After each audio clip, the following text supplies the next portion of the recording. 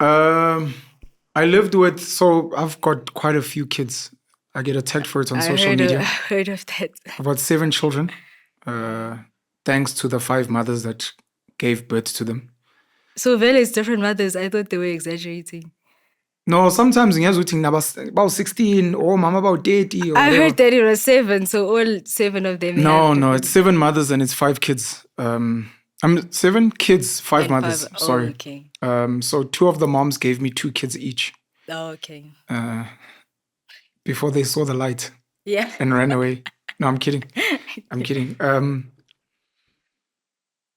I lived with 2 of my kids, my firstborn Nkunzi Malanga and his younger sister Africa. I lived with them for about 8 years.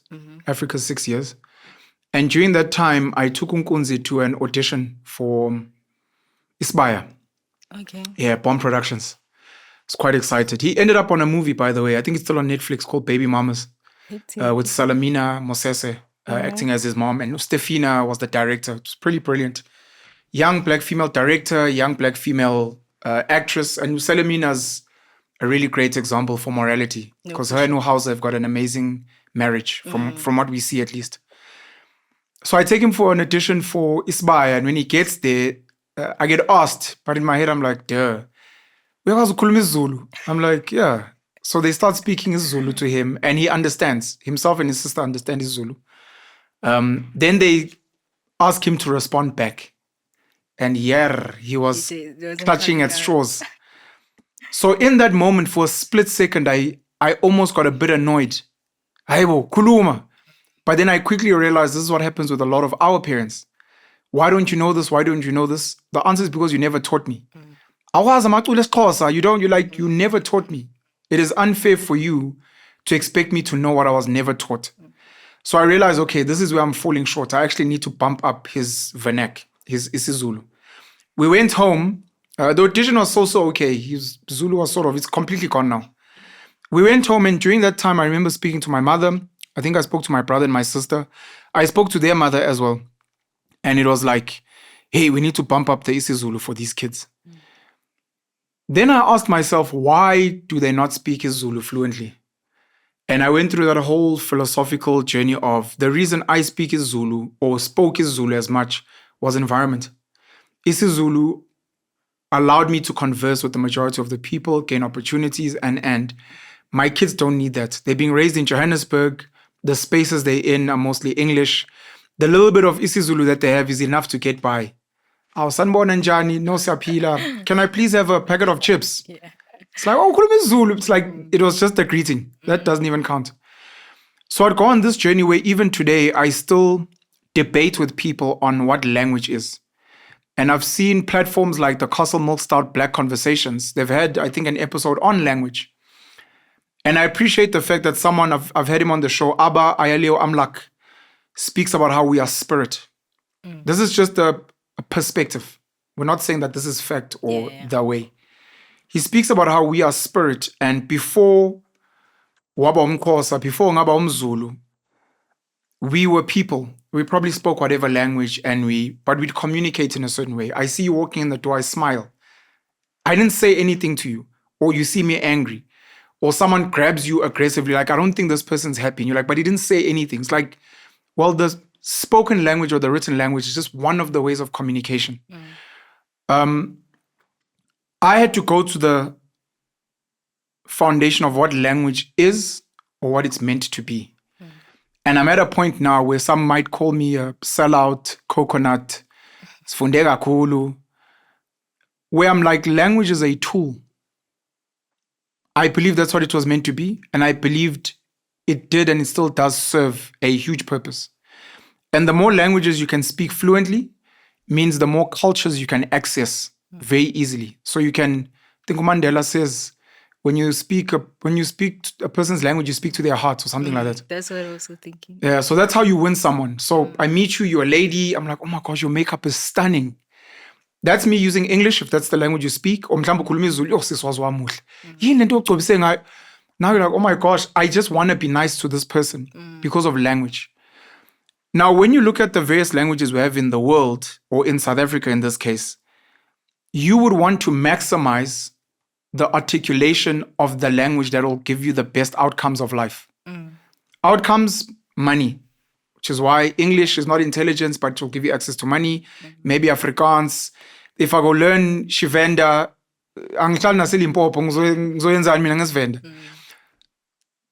So I had to figure out for my kids, and specifically these two kids have left South Africa. They lived in China for 4 years. They're currently living in Brazil. And the idea of a language, which many people assign to a culture and a tribe and an identity, which is beautiful, but what's more functional? Because if you're going to say language is our culture, to what you're saying about accountability, then I have to ask, so your child speaks fluent Xhosa. Molo mama ninjani, asiphilile, what? Is this child dressed in their cultural clothing? No. But that's their identity. Is this child eating traditional Xhosa food? Whatever that may be. No, they're not. Is this child living a life however Xhosa used to live? The reality is no. So the only thing you want to hold on to is language. So my son can wear a suit, live in a white suburb, spend all his money with white people, as long as they call me Zulu. Be like, hey, Mfana knows his culture and his heritage. I'm like, I had to go through that philosophical process. And I'm sorry I'm speaking so much on this, but I just wanted to explain where I'm at. It is not, again, the end and the right way. It is just a perspective. I can be on Zoom, on WhatsApp video every week speaking to my kids. What is this Zulu in Komishi? What is this? At the end of the day, they are in Brazil right now. And if they want to win Brazilians and get around, the best thing is to learn Portuguese. Yeah. My son Nkunzi was getting fluent in Mandarin.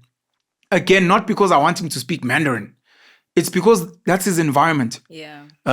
If he was growing up in Joburg, at least by now, depending on the spaces we're in, ngabakhuluma isiZulu, ngabakhuluma mhlambe a bit of isiXhosa, ngabakhuluma Sesotho, Setswana, maybe a bit of Pedi, because of the people you engage with here.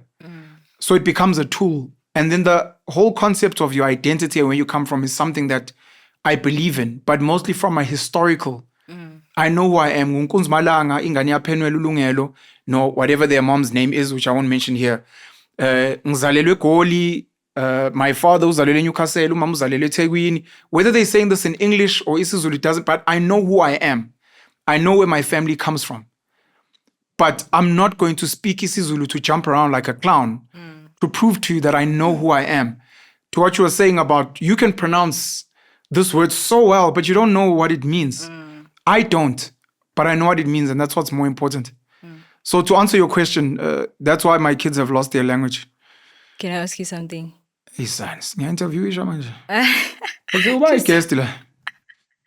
go one for question, yeah, just one. So do you think that then we could also say that it's the same with blackness, like it's just skin tone, it's just pigmentation? We don't necessarily need to constrain ourselves to the fact that, you have a darker skin color as opposed to a white person. Would you say that that's the same concept or not necessarily? Because maybe let me elaborate. Please go for it. Yeah. Sorry, I'm trying to think in my head of how I can spin this around so that I ask you a question. Please elaborate. Yeah. So for me, I can say that like the melanin that we have plays a big role in the way that we are as Black people. Go for it. So, for example, you realize that Black people in Haiti and Zimbabwe not have the same mannerisms that we have. Yeah.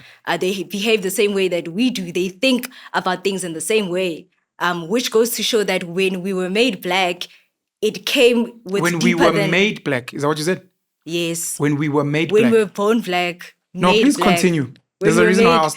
Yeah, when we were made Black, it was so much deeper than just your skin tone is darker or lighter. And I could say that with the same people with Caucasians, the way that they live, the way that they think, it's very them. Like, okay, this is majority of white people think like this. Majority of Black people think like this and behave in this way. So that's why when it comes to race, I can say that I wouldn't necessarily say, Hamas, just... it's not that deep. It's just, skin color. It's not that deep. No, it goes down to the way that I even see life, the way that I receive things that happen in life, et cetera, goes down to me being Black.